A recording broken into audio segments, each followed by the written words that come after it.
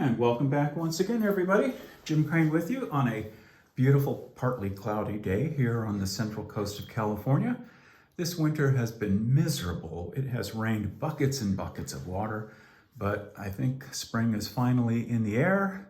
The birds are singing, the flowers are blooming, and I thought we'd take a few minutes to take a look at a product from Baron Leather.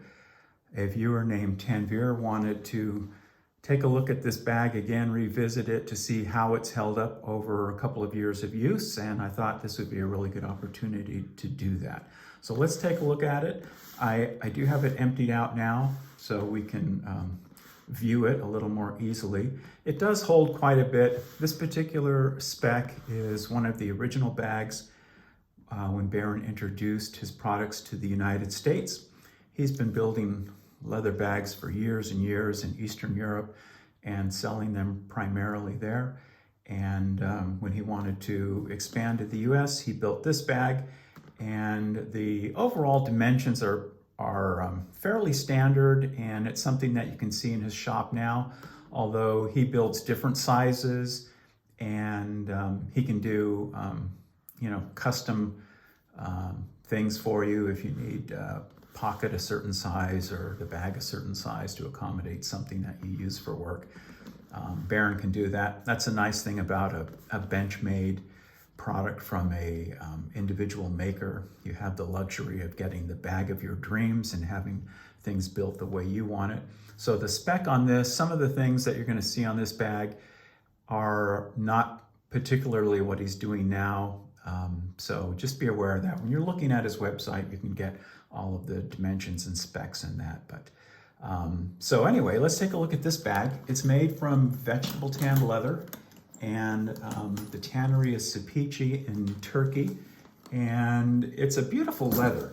The thing about this leather is, unlike an English bridal leather or a latigo, the surface of the leather, I call the sunshine side of the leather on this bag, is really, really dense and firm. And because of that, it's not going to show a lot of battle scars like other types of leather would. There are a few battle scars on here that I managed to put on over the last couple of years, but they are very minor because this leather is so tough. It just wears like iron. It is not like leather that most makers are using to build their messenger bags or mail bags. This is just so tough and dense and very hard to scratch with your fingernails or if you bang it into something. So just be aware of that. If you're the kind of person that likes your leather goods to look, pristine for years and years and years, this is the bag for you. If you're the kind of person that likes a bunch of battle scars and dents and dings and discolorations and that, you might want Baron to build you a bag out of like an undyed leather, and he does do that. This one has a beautiful aniline dye, very, very tough. Let's just take a look. First of all, the grab handle, this isn't typically what he's using now. The grab handle he uses now are generally attached to the spine of the bag. So they're usually riveted on like that. And for me, that's preferable. And the reason for it is if I'm boarding a plane or I'm going through someplace where I'm carrying my bag, if you're holding the bag by the handle and it's attached to the spine like that, you can steer it down the aisle. If I'm walking down the aisle of a plane, I always have my bag in my hand, not on my shoulder. I don't want it banging into, people in their seats. So I'm carrying it, and I do want to be able to steer it down the aisle. This doesn't steer well, but I understand why Baron used this particular spec. So if you're trying to steer the bag, you can, but it's a little more sloppy. But the nice thing about this is you can take the grab handle off and you have a traditional spec for a US postal satchel, which didn't have a grab handle. It was just built just like this. So if you're a traditionalist and you like your messenger bags to be traditional, you can order it with the grab handle disconnected. If you're like me, I want the handle riveted on right there so that I have, you know, maximum control over the bag as I'm maneuvering it through different events in life. So this particular kind of leather, again, like I said, he uses a nice thickness. It's just so dense on the outside. It's just, man, it feels really beautiful, really silky.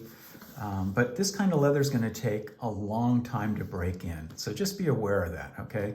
So I'm glad to have this opportunity to show you what it's like after a couple of years. But it's just remember, it's going to take probably about a decade for this leather to become really soft and pliable. It's still kind of stiff. The shoulder strap, though, because when I'm carrying this, there's a lot of weight in the bag and there's a lot of flexibility in the shoulder strap. It has become quite a bit softer. In fact, the shoulder pad has kind of taken on this form to it. When I originally got the bag, it was just as straight as a board and pretty stiff. But because I usually put a lot of weight while I'm traveling in a bag, it's become quite a bit softer, very pliable now. The shoulder strap is all hand stitched. It's 2 pieces of that beautiful Sapichi leather that is stitched together with the flesh sides facing in on themselves. And then the edges of the strap and all of the edges on the bag, Baron burnishes them. And that you can do with vegetable tanned leather. The vegetable tanned leather, if you burnish the edge, you get a more comfortable, a more beautiful looking edge. If it were chrome tanned leather, you really can't burnish chrome tan. The best you can do is just paint it. But here you can see that it's beautifully burnished. The hardware, of course, is indestructible. It's all cast brass hardware, and so there's absolutely no worry about that. The grab handle has gotten a little bit softer too as I've carried it. There we go.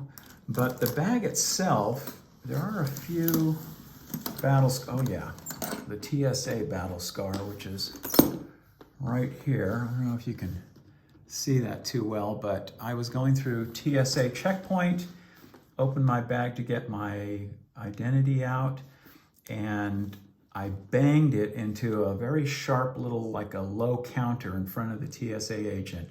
And as I hit it, I remember thinking, as soon as I get through here, I got to take a look at that because I think I put a really big gouge in it. But I didn't really gouge it. It's just kind of right on the surface. And so I'll bet a little bit of conditioner and I can probably just take that out. There are a couple other places I've set the bag down quite a few times. There's a tiny little gouge right there. There's a blemish right here, probably from skidding it on the floor of something or sliding it down somewhere. I think on the side, there's one right there. There's a little bit of a little something I banged into. There's a little scuff right here. But overall, it's just held up beautifully. Again, this leather is so tough. It feels nice. It's got a beautiful, soft, silky hand to it, but it's really, really tough to scratch. So just be aware of that. On the inside of the bag, there's no lining. He just uses, just the flesh side. So this particular stitch line here is just basically for aesthetics because there's no lining to be stitched in. But you can see that the stitching is all saddle stitch. It's all done by hand, and so it's going to remain beautiful and durable for years and years. So that's one of the nice things about handmade leather goods is they just last forever. You only need to buy it once and you can have it basically forever. So again, the flesh side is, not particularly beautiful. It's not terrible looking, but the sunshine side is just gorgeous. It's just so nice and the grain is so tight. You can't see any pores in there. It's very, very firm, and so it's not going to stretch very much. And Baron, anytime you buy something from Baron Leather, the openings, the stress points are all over engineered, overkill. So the all around the top edge, it's a double thickness of leather that's hand stitched together. So, you know, there's just virtually no stretch at all in it. It's not going to stretch no matter how many times you're opening and closing this bag or getting into it. Same on the gusset, the top of the gusset, but you put the strip of leather on the inside as opposed to the outside like it is here. And then the spine, of course, is reinforced. And then the binding straps here at the top of a mailbag. Doesn't matter if you're trying to shove a bowling ball in there. It's just, you're never going to pull that out. Okay, so it's just going to last you for basically forever. This does have an organizational pocket, and on this particular one, it's just an undyed vegetable tanned leather. And then there's a pocket in the back that's secured by a strap that you can put your iPad in or a small tablet. And then the rest is just unlined, a big open space. And it hasn't, like I said, it hasn't softened up very much. A little bit. I've noticed, you know, it's softened a little bit with my usage, but this is just that kind of leather. Just be prepared to, you know, it's going to take several years of everyday use to get this leather to break in. That's just the nature of this particular kind of vegetable tan leather. The strap has gotten quite a bit softer than original, but that's because it's usually carrying a lot of weight. But the bag itself is, man, it's almost as like the day I took it out of the box. But it's just wonderful leather. It's like something you would make shoes out of, you know, not necessarily a bag. Shoes take a lot of abuse, and that's probably what this leather is particularly or primarily used for. But man, does it make a beautiful bag. Beautiful, durable bag. So, nice thing about, again, a Benchmade product by an individual maker is the attention to detail and the fact that they have their name on the bag, and so that bag better be top-notch and not just made by some guy, you know, sitting in a large shop with many, many benches building the same product day in and day out. These are all hand-built individually for you by Baron himself. He doesn't have a crew of craftsmen in his shop. He builds these individually for you. And because of that, you can get, you know, like customized things, you know, if you have a need for a certain size pocket or a certain size bag for whatever reason, you can individually order that from Baron. There are very few makers who do things like that. Norman Kahn comes to mind. He can customize a bag for you. Ken at the leather shop, they will do custom work. There's a few others that will do that, but the bigger companies, you know, like, I don't know, I don't want to say Saddleback, but that's a large company, Bear Goods,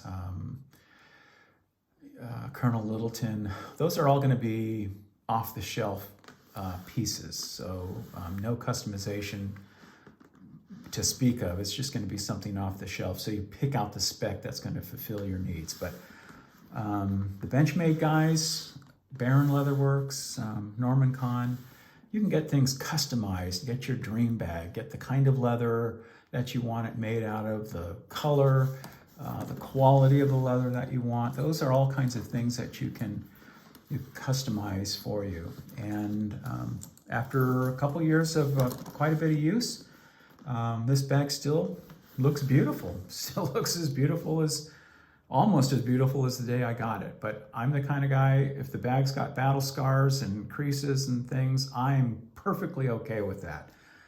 But I also like a beautiful, classic bag that is, that's beautiful to look at, that's pristine, and that's what you're going to get with Baron Leather.